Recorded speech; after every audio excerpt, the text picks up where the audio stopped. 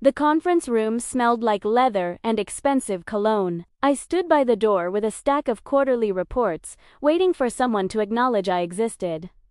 No one did. Dad sat at the head of the table in his usual spot, gesturing broadly as he spoke. My half-brother Marcus sat to his right, nodding at everything Dad said. My half-sister Natalie examined her manicure from the left side. So that's the plan, Dad concluded. We sell the warehouse district properties to Chun Development for $8.7 million. Use that capital to expand the retail locations. Marcus leaned forward. Smart move. The warehouse area is dead weight anyway. Exactly, Dad said. All those properties do is house inventory and a few workers. We can lease warehouse space for a fraction of what we'd make on the sale. I cleared my throat softly. No one turned. The numbers look solid, Natalie said, finally looking up from her nails. When can we move forward? Lawyers drawing up papers this week, Dad replied. Should be signed by Friday. Excuse me, I said, louder this time. Dad glanced over his shoulder like he'd just noticed there was furniture in the room. What is it, Jamie? The quarterly reports you asked for? Just leave them on the side table. I walked over and set down the stack. 12 hours of work compiling sales data, inventory reports, and financial projections. I'd stayed until 3 a.m. finishing them. Will you need anything else? I asked. No, we're good. You can go back to the warehouse. Actually, I said carefully. I had some thoughts on the Chun Development proposal. Marcus laughed. Thoughts? You work in the warehouse, Jamie. This is executive level strategy. Jamie. I know, but I've been reviewing the property valuations, and I think Dad's voice had that edge to it, the one that meant stop talking. This is a business meeting. For family. Real family who have actual stakes in the company. The room went silent. I just thought, you're here because your mother married me when you were 12, Dad said, not unkindly but firmly. Your family, in the household sense, but this, he gestured around the conference room. This is about blood, about people who have skin in the game. Marcus and Natalie have equity. They're invested. You're a good worker. A reliable employee. But business decisions are for real family, not warehouse workers. Natalie nodded sympathetically, like Dad had said something wise instead of cruel. Marcus smirked into his coffee cup. Understood, I said quietly. Good. Now, was there anything else? No. Sir. Then, we'll see you at dinner tonight. Your mom's making that pot roast you like. I left the conference room and walked back down to the warehouse floor. My office really, just a converted storage room sat in the corner. I closed the door and sat at my desk. Through the small window, I could see the warehouse crew loading trucks. Most of them had worked here for over a decade. Good people. Hard-working people. People whose jobs would disappear if Dad sold the properties. I opened my laptop and pulled up a file I hadn't looked at in 3 years. A PDF from my grandfather's lawyer. Seri Transfer Agreement, date September 15, 2021, TRAINA SEF. AAR OREN, William Foster, Desiaset, Transferin. Jamie Foster. I scrolled down to the relevant section. Upon the death of William Foster, shares of Foster & Associates IC total 67% ownership shall transfer to Jamie Foster, stepchild of Richard Foster in recognition of devoted care during final illness, and in accordance with the wishes expressed in last will and testament, dated March 3, 2021, 67%. Grandpa Will had been Dad's father. He'd started Foster & Associates 40 years ago with a single hardware store. By the time he died, it had grown to 12 retail locations, 3 warehouse properties, and 42 employees. I'd moved in with Grandpa Will during his final year when the cancer got bad. Mom and Dad had been traveling for business. Marcus and Natalie had been too busy with college. So I'd taken a leave from my own college program and became Grandpa's caretaker. 6 months of medications, doctor's appointments, late-night emergencies, and sitting with him while he told stories about building the business from nothing. Your dad doesn't understand it, Grandpa had said one night, his voice weak. He sees dollar signs. But this business, Jamie, it's people. It's the folks who work the floor, the ones who load the trucks at 5 a.m. That's the real backbone. 2 weeks before he died, he'd called his lawyer. I'm changing my will, he'd told me. Richard gets the house and some cash, but the business shares, the controlling interest, that's going to you. Grandpa, I can't. You can. And you will. Because you're the only one who gives a damn about the people, not just the profits. Promise me you'll take care of them. I promise. He'd died on a Tuesday morning. I'd held his hand. At the funeral, Dad had cried genuine tears. Then the lawyer had read the will, and Dad's tears had dried up instantly. This is insane, he'd said. Jamie's not even blood. This has to be contested. The lawyer had been firm. The will is airtight. Mr. Foster, your father was of sound mind. The shares transfer to Jamie, effective immediately. Dad had been furious, but then his lawyer had explained something. Jamie's a minor 19 years old. The shares transfer? Yes, but they're held in a trust until age 25. You're named as the trustee, Richard. You maintain operational control until Jamie reaches majority ownership age. Dad had smiled then. So I still run everything. For 6 more years, yes. That had been 3 years ago. I was 22 now. In 3 more years, when I turned 25, operational control would transfer to me automatically. But technically, legally, I already owned 67% of Foster & Associates. I'd never told anyone. Dad had convinced himself and everyone else that I was just the stepkid who worked in the warehouse, that I was there out of charity. He didn't seem to remember that I owned twice as many shares as he did. I closed the laptop and looked at my phone. Dad's lawyer was named Gordon Reese.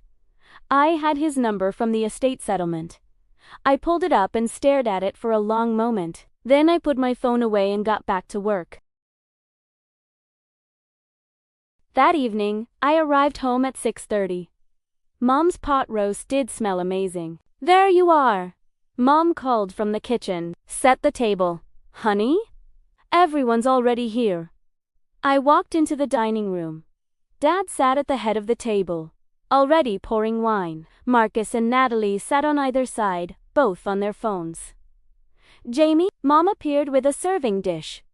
How was work? Fine, I said, grabbing plates from the cabinet. Your father said you were at the business meeting this morning. That's exciting. I just dropped off reports. Still, she said brightly, it's nice they include you. I set the table in silence. Dad cleared his throat. So, good news. Gordon called this afternoon. The Chun development papers will be ready tomorrow. We'll close the deal by end of week. That's fast, I said. Chun's motivated. They want to break ground on their development by spring. He smiled. This sale is going to set us up beautifully. We can finally expand the retail side, like I've been planning. What about the warehouse employees? I asked. What about them? There are 23 people working in those facilities. What happens to them? Dad waved his hand. They'll get severance. Industry standard. How much? 2 weeks' pay. Maybe for the senior guys. That's it, Jamie, Dad said with exaggerated patience. They're warehouse workers. They're replaceable. We'll hire new people at the retail locations as needed. Some of those workers have been with the company for 15 years, and they've been paid for 15 years. That's how employment works. Marcus snorted. Since when do you care about warehouse rats? Marcus, Mom said sharply. Don't call them that. Sorry. Warehouse workers.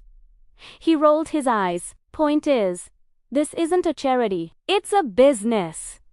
A business, Grandpa, built on loyalty, I said quietly. The room went still.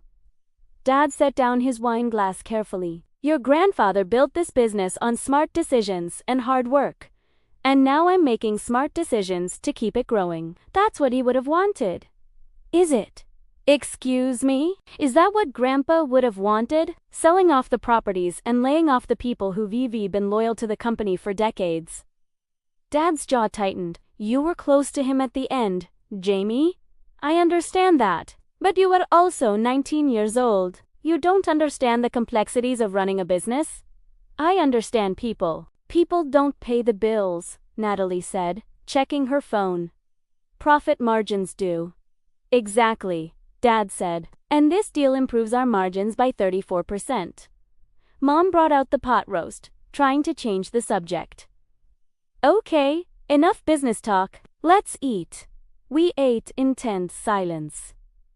Finally, Dad spoke. Jamie, I know you have opinions, but you need to understand your place in this family. You're not a decision maker. You're not an executive. You work in the warehouse because that's your skill level. And that's okay. Not everyone can be leadership material. Right, I said. Not everyone. We value your contribution, he continued. You're a hard worker, reliable. But tomorrow, when we sign these papers, you need to understand that this is above your pay grade. This is real family business. There it was again, real family. I understand, I said.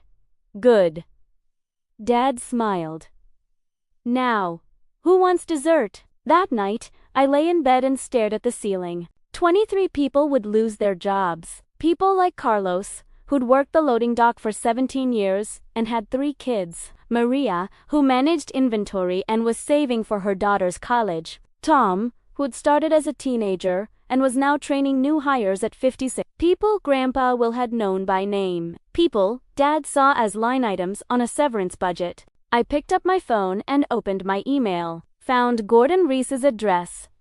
Started typing. Mr. Reese, this is Jamie Foster. We met during my grandfather's estate settlement 3 years ago. I need to schedule a meeting to discuss my shareholding in Foster and Associates LLC. Specifically, I need to understand my rights as majority shareholder and what control I have over company decisions made before my 25th birthday. Are you available tomorrow? Best regards, Jamie Foster. I hit send before I could second guess myself. Gordon Reese called me at 7 a.m. the next morning. Jamie Foster? His voice sounded surprised. That's me. I got your email. This is ... unexpected. Can I ask what prompted this inquiry? The company is about to make a decision I disagree with. I want to know if I can stop it. There was a pause. You understand your shares are held in trust until age 25. I do. And that your stepfather maintains operational control until then. Yes. But I still technically own 67%, correct? Correct. So do I have any say in company decisions? Another pause. That's a complex question. Your stepfather has operational control, but certain decisions require majority shareholder approval.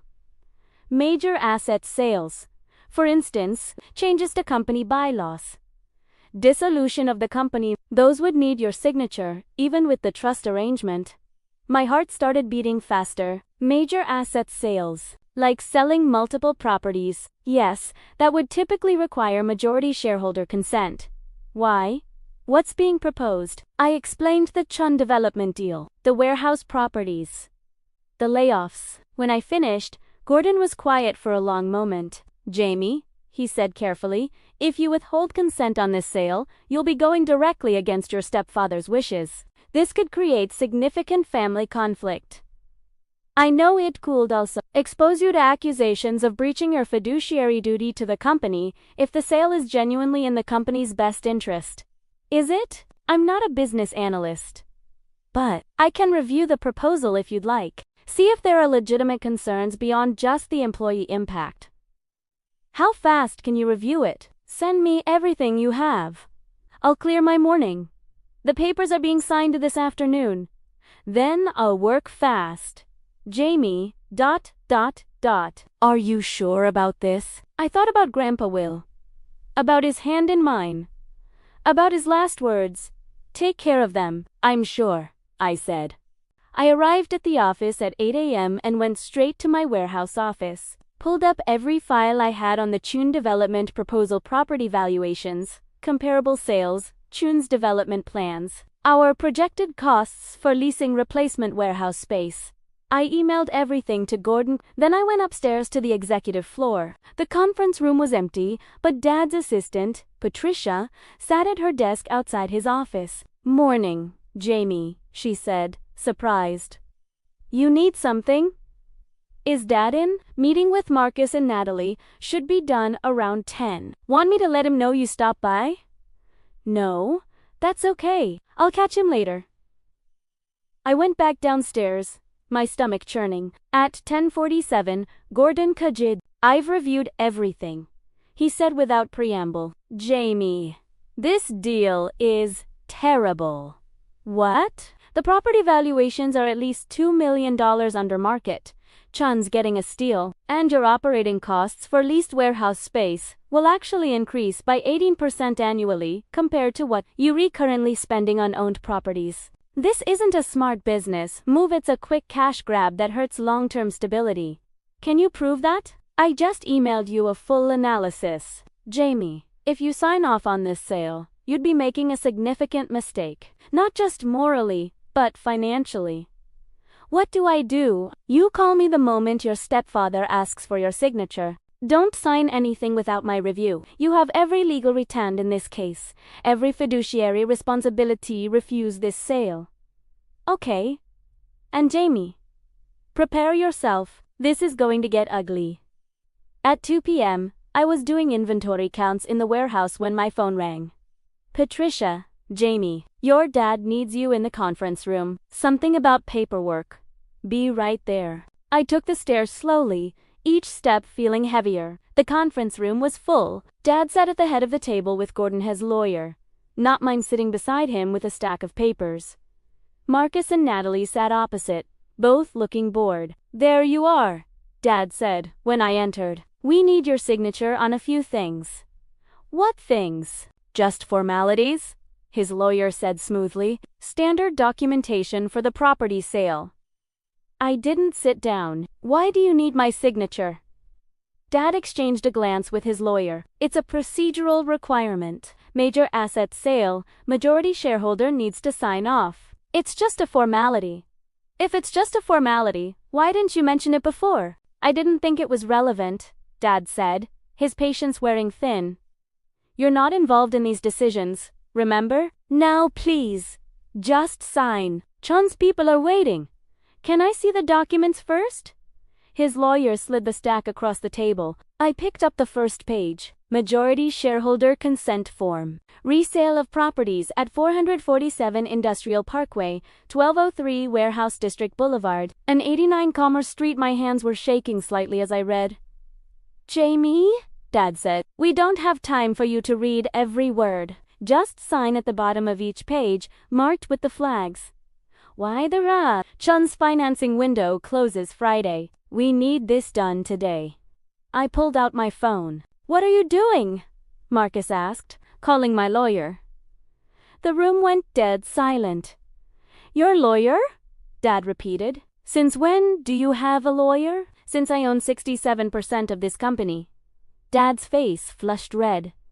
"You own shares held in trust. That's not the same as it's exactly the same when it comes to major asset sales," I said. "According to the trust documents, I have consent rights over decisions like this." His lawyer leaned over and whispered something to Dad. Dad's face went from red to pale. "Jamie," he said carefully, "what are you doing?" "My due diligence," I said. "I'll review these documents with my attorney and get back to you. We need signatures today." "Then you should have involved me earlier." I picked up the stack of papers. "I'll be in touch." "You can't just those," or Dad stood up. "Jamie, you don't understand what you're doing. This deal is worth $8.7 million. You're going to kill it over what? Warehouse workers. Maybe?" "This is insane," Natalie said. "You work in a warehouse. You count boxers. You don't get to make executive decisions." "Actually," I said quietly, "I do. I'm the majority shareholder. Every major decision requires my approval." Marcus laughed, but it sounded uncertain. "Dad, is this true?" Dad's lawyer nodded reluctantly. "Technically, Yes. The trust grants Ms. Foster consent rights over major transactions. Oh, make her sign. Marco sighed. I can't make anyone sign, the lawyer replied. I walked toward the door. Jamie, Dad's voice cracked. If you walk out that door with those papers, Chun will walk away. The deal dies. I stopped, hand on the doorknob. Maybe it should, I said, and left. I made it back to my warehouse office before my hands started shaking so badly I had to sit down. My phone rang immediately. Gordon Reese. Did you get the documents? He asked. Just walked out with them. Good. Don't sign anything. I'm coming to you. Where are you? Foster & Associates Warehouse, 447 Industrial Parkway. Be there in 20 minutes. I hung up and stared at the papers on my desk. My phone buzzed continuously, texts from Dad, from Natalie, from Patricia, asking me to come back upstairs. I ignored them all. Gordon arrived in 18 minutes, briefcase in hand. He reviewed the documents in silence, occasionally making notes. Finally, he looked up. This is worse than I thought. There's a clause buried in here that would also give Chun right of first refusal on future property sales. They're locking you into a relationship that benefits them for years. So I shouldn't sign? Absolutely not. This deal is structured to benefit Chun and give your stepfather immediate cash, but it severely compromises the company's long-term position. As majority shareholder, you'd be breaching your fiduciary duty if you approved this. What do? You refuse consent. Formally and in writing. He pulled out his laptop. I'll draft the letter now.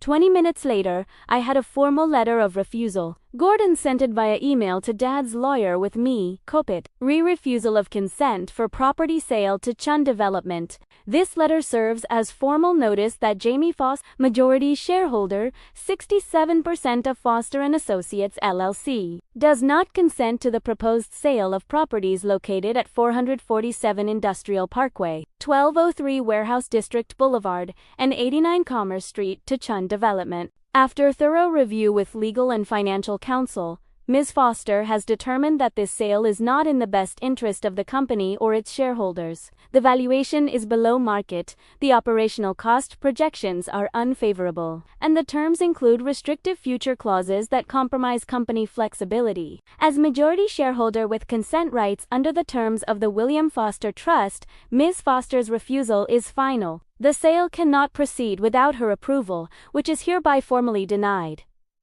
The moment Gordon hit send, my phone exploded. Dad called 6 times in 3 minutes.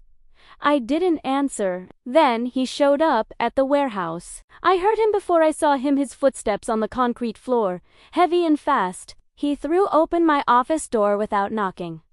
What the hell do you think you're doing? Gordon stepped between us. Mr. Foster, I'm Gordon Reese, Jamie's attorney. I'd suggest we keep this conversation professional. Dad barely glanced at him. You've killed the deal, Jamie.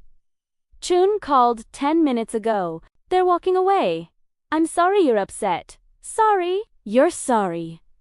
His face was red again. Do you have any idea what you've just done? That was $8.7 million. Money we could have used to expand, to grow, to line your pockets, I said quietly, while laying off 23 people. Those people are expendable. To you, not to me. This is my company, actually, Gordon interrupted. It's Jamie's company. She owns 67%. You're the minority shareholder. Dad turned to look at Gordon like he'd forgotten he was there. Trust grants operational control, yes, but not unlimited power. Major decisions require majority shareholder approval. You can note this, Mr. Foster. Your own lawyer confirmed it 2 hours ago. Dad's hands were shaking. Jamie, please, let's talk about this rationally. We can work something out. There's nothing to work out, I said. I'm not approving the sale. Then what? We just keep things as they are. For now, yes. That's not sustainable. We need that capital. Why? I asked. The company's profitable. We're not in debt. What do you need $8.7 million for so badly that you're willing to throw away everything Grandpa built? Dad went silent. Richard Foster. A new voice called from the warehouse floor. A woman in a business suit appeared in the doorway. I'm Chun Development's attorney. I need to speak with you about the terminated sale. Dad closed his eyes. Not here. Let's go to my office. They left. Gordon stayed. That went better than expected, he said dryly. What happens now? Now, your stepfather will probably try to challenge your authority. He'll argue you're not qualified to make these decisions, that you're breaching fiduciary duty, whatever he can think of, but legally, you're in the clear. You own the majority shares, and the trust documents explicitly give you consent rights. Will he sue me? Possibly, but he won't win. Gordon closed his briefcase. Jamie, I need to ask you something. What do you want to do with this company? What do you mean? You have 3 years until you take operational control. But even now, you have significant power. What's your vision? Keep things as they are. Make changes. You need to start thinking like an owner, not an employee. I looked out my small office window at the warehouse floor. Carlos was training a new hire on the forklift. Maria was doing a quality check on incoming inventory. Tom was laughing at something on his phone. I want to take care of the people, I said. Like Grandpa did. That's admirable, but you also need to take care of the business. Can I give you some advice? Please. Please. Start preparing. You have 3 years to learn everything about running this company. Use them. Because when you turn 25, this all becomes your responsibility, and your stepfather isn't going to make it easy. Gordon left around 5 p.m. I stayed in my office, listening to the warehouse wind down for the day. My phone buzzed. A text from Mom. Your father is very upset. Can you please come home so we can talk? I responded, I'll come home. But I'm not changing my mind. Se sent baikin just come home please. The house was silent when I arrived. Mom met me at the door, her eyes red. He's in his study, she said. He wants to talk to you. Mom, just listen to him, Jamie, please. He's not himself right now. I walked to Dad's study and knocked. Come in, he said flatly. He sat behind his desk, a glass of whiskey in hand. He looked 10 years older than he had this morning. Sit, he said. I sat. We stared at each other for a long moment. I called my lawyer, he said finally, asked him about my options for challenging your authority. And he told me I don't have any. The trust is airtight. Your grandfather made sure of that. He took a drink. Did you know? Did you know? When he changed his will, did you know he was giving you controlling interest? Yes. And you never said anything. You never asked. He laughed bitterly. Fair enough. He set down his glass. Why, Jamie? Why did he give it to you and not to me? I'm his son, his actual son. I think you know why. Because I wasn't there when he was sick, because I was running the business he built, because he knew what you'd do with it, I said quietly. He knew you'd see profits over people, numbers over names. He wanted someone who'd remember what he built and why he built it. So he picked you, the stepkid who counts boxers. I do more than count boxers.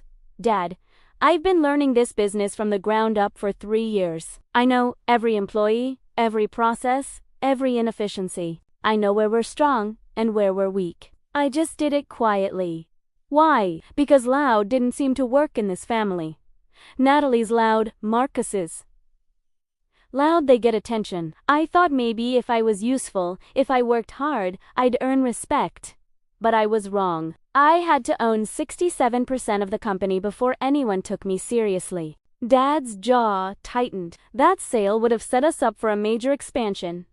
That sale would have netted you quick cash while destabilizing our operational costs and destroying employee loyalty. Gordon showed me the numbers. It was a bad deal dressed up in pretty packaging.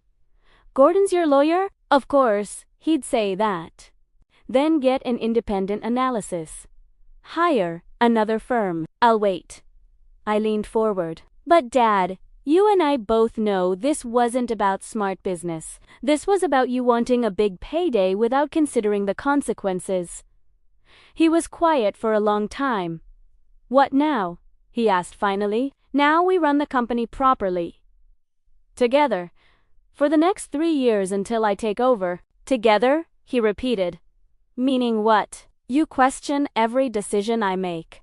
Meaning you include me in major decisions. You stop treating me like warehouse furniture. You remember that I'm the majority shareholder, and this company's future is my responsibility. And if I refuse, then I fire you. The words hung in the air. You can't. I can. I said, maybe not easily, but I can remove you as COO with majority shareholder vote. Gordon confirmed it. It would be messy and probably destroy this family, but I can do it. Dad's knuckles went white around his glass. So that's it? He said. You're threatening me. In my own house, I'm setting boundaries. In Grandpa's house, which he left to you, while protecting Grandpa's company, which he left to me. Jesus Christ. He finished his whiskey in one swallow. You really are his granddaughter. Step-granddaughter, I corrected. Not real family. Remember? He flinched. I stood up. I'll see you at the office tomorrow. We need to start reviewing all pending decisions, and I want to meet with department heads about long-term planning. Jamie and Dad, the warehouse workers, get raises this quarter. Cost of living increases at minimum. Grandpa would have wanted it. I left him sitting in his study. The next morning, I arrived at the office at 7 a.m. Patricia looked startled to see me coming off the elevator onto the executive floor. Jamie, what are you? I need an office, I said. Something with a window, preferably near the conference room. I'll have to check with Mr. Foster. Patricia, I'm the majority shareholder. I don't need permission. I softened my tone. But please check with Dad about which office makes the most sense. I don't want to displace anyone. She blinked. Of course. I'll ask him when he arrives. Thank you. I went to the conference room and set up my laptop, started pulling up files, making notes, planning. Marcus arrived at 8:30. He stopped in the doorway when he saw me. What are you doing here? Working. This is the executive floor. I'm aware. He came in and closed the door. Look, Jamie, yesterday was intense. But you need to understand, you can't just blow up deals because you have feelings about warehouse workers. Jamie, I didn't blow it up because of feelings. I blew it up because it was a bad deal that would have hurt the company long term. Dad says Dad wanted quick cash. I want sustainable growth. We're not the same. You don't have the experience. I have 67% ownership, I interrupted. Experience is something I can gain. Controlling interest is something you'll never have. His face flushed. You smug, Marcus. Dad's voice came from the doorway. Leave. Italiano. Marcus looked between us, then stormed out. Dad came in and closed the door. He looked tired, like he hadn't slept. Patricia says you want an office. I do. The corner office next to mine is empty. It was your grandfather's. You can have it. Thank you. We stood there awkwardly. I spoke to the department heads this morning, Dad said, finally. Told them you'll be attending all executive meetings going forward. As majority shareholder goo, they single, confused. Most of them don't know about your ownership stake. Then maybe it's time they learned. Dad nodded slowly. Probably. He paused. Jamie, I've been running this company for 20 years. I'm not going to suddenly start taking orders from my stepdaughter. No, I'm not asking you to take orders. I'm asking you to remember who owns the company and who Grandpa trusted with it. He trusted you because you were there when he died. That doesn't mean he trusted me because I listened, I said. Because I cared about what he'd built, not just what it was worth. Because I saw people, not profit margins. You sound like him. Good. Dad's expression was unreadable. This is going to be a difficult 3 years. Probably. But you're not backing down. No. He almost smiled. He really did choose well, didn't he? Stubborn as hell, just like the old man. I'll take that as a compliment. It was meant as one. He turned to leave, then stopped. For what it's worth, Tichundil Gordon was right. I looked at the numbers again last night. It was below market. Just. I wanted the capital so badly I didn't look closely enough. Why did you want it so badly? He was quiet. Because I wanted to prove I could grow the company beyond what Dad built. Make it bigger, better, more valuable. I wanted to stop living in his shadow. You don't have to live in his shadow, I said, but you do have to respect what he built. And you're going to make sure I do, every day for the next 3 years. He nodded once and left. I sat alone in the conference room, my heart pounding. I've done Italiano. I'd stood up to Dad, protected the employees, and claimed my place in the company. Now I just had to figure out how to run it. 3 years later, the conference room looked the same, but everything else had changed. I sat at the head of the table, my table, now reviewing the quarterly reports. 25 years old as of last week. Full operational control as of yesterday. Dad sat to my right in what used to be his seat. Marcus and Natalie sat opposite. The department heads filled the remaining chairs. Revenues up 23% year over year, I said. Profit margins holding steady at 31%. Employee retention is at 94%, highest in company history. Carlos, now warehouse operations director, nodded from his seat. The profit-sharing programs, working. People stay when they feel valued. Agreed, I said. Maria, how's inventory management with the new system? Smooth. Maria, now inventory director, replied. We've cut waste by 18%. I looked around the table. Any other business? Dad cleared his throat. I have something. Everyone turned. I'm stepping down as CEO, Said calmly, effective immediately. The room went silent. Dad, I started. It's time, he said. You've been running this company from the shadows for 3 years. It's time to make it official. I'll stay on as an advisor if you want. But this is your company now. Has been since you were 19. Really? I was just too proud to admit it. I'd like you to stay as advisor, I said quietly. We work well together now. He smiled slightly. We do. Took us long enough. Grandpa would be proud, I said. Of you? Absolutely. Of me. He laughed. Jury's still out. Marcus spoke up, surprisingly gentle. For what it's worth, sis, you were right about the Chun deal. And about most things. Most things. I raised an eyebrow. I still think you should wear better shoes on the warehouse floor. Those sneakers are a safety hazard. The room laughed. After the meeting, I walked through the warehouse. The same warehouse I'd worked in for 6 years. Where I'd learned the business from loading docks up. Tom waved from the training area. Boss, not you too, I called back. It's still Jamie. Sure thing, boss, Jamie. I shook my head, smiling. My phone buzzed. A text from Mom. Dinner tonight. Dad says you're officially CEO now. We should celebrate. Primera texted back, I'll bring dessert. And Mom, thanks for always believing I was real family, even when everyone else forgot. She replied immediately. You've always been real family. Some people just needed a reminder of what real means. I stood in the middle of the warehouse floor.